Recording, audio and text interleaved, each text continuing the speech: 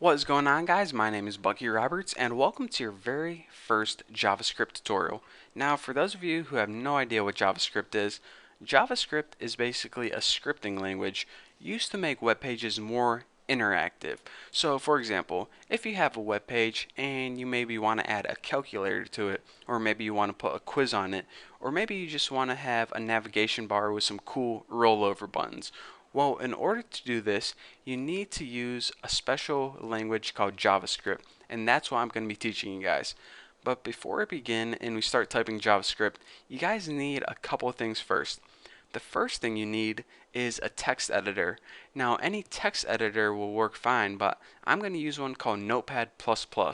Now, if you don't have this, you can go ahead, Google, download it. It's actually free, and it's actually the one I recommend. It's the best. It's awesome. Again, Notepad++. Go ahead, type that into Google, and you'll be good to go. Another thing that you guys are going to need is a knowledge of XHTML, and that's what this is right here. If you guys don't know how to create a basic web page in XHTML, then you need to watch that series first. I made a XHTML and CSS tutorial series before this, so if you don't know how to create a basic web page, go ahead and watch that. It's on my YouTube channel as well as on my website, thenewboston.com. So anyways, once you have those two things, then welcome to the world of JavaScript. So let's go ahead and for all you guys, let's begin. Let me take a deep breath and get ready, and let's go. So, like I said, JavaScript is something that you add to web pages in order to make it more interactive. So, just like everything else in XHTML, you need to add JavaScript through the use of tags. Now, the tag for JavaScript is called script, script. And now, let me mention this. In the internet, there are a lot of different scripts that you can add to web pages. There's JavaScript. Actually, there's like 50 different types of scripting languages. JavaScript is just one of them. So when our browser comes across this code, we need to tell it explicitly that we're going to be working with JavaScript. So in order to tell our browser that, we need to give it an attribute called type, and we set this equal to text/JavaScript. Go ahead and end that, and go ahead and add an ending script tag. And in between these tags is where you're going to be typing all of your JavaScript code. So that is JavaScript code. It's not really, but that's my example.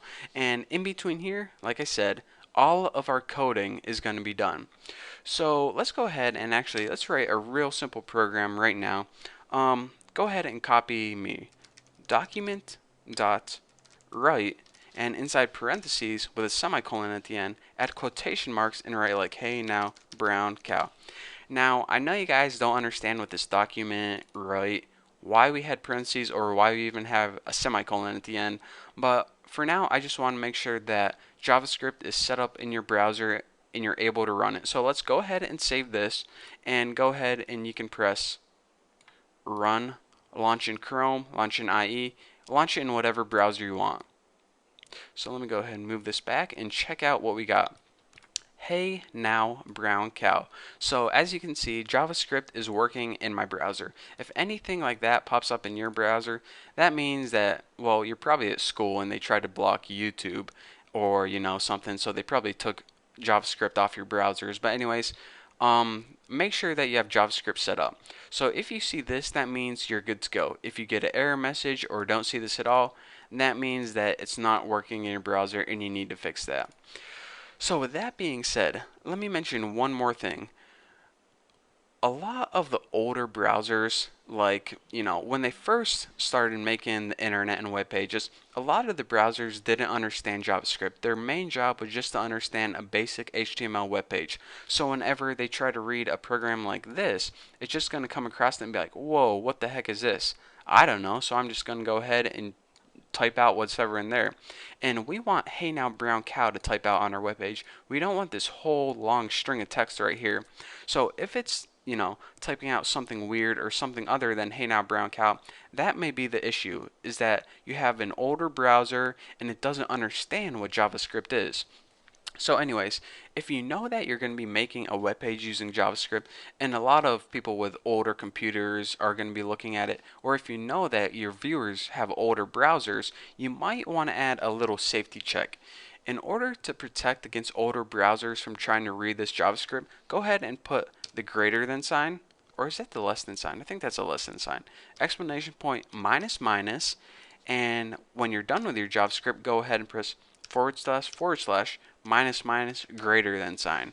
Now, whenever older browsers come across this, it's going to think that this is just a comment and it's just going to ignore it basically.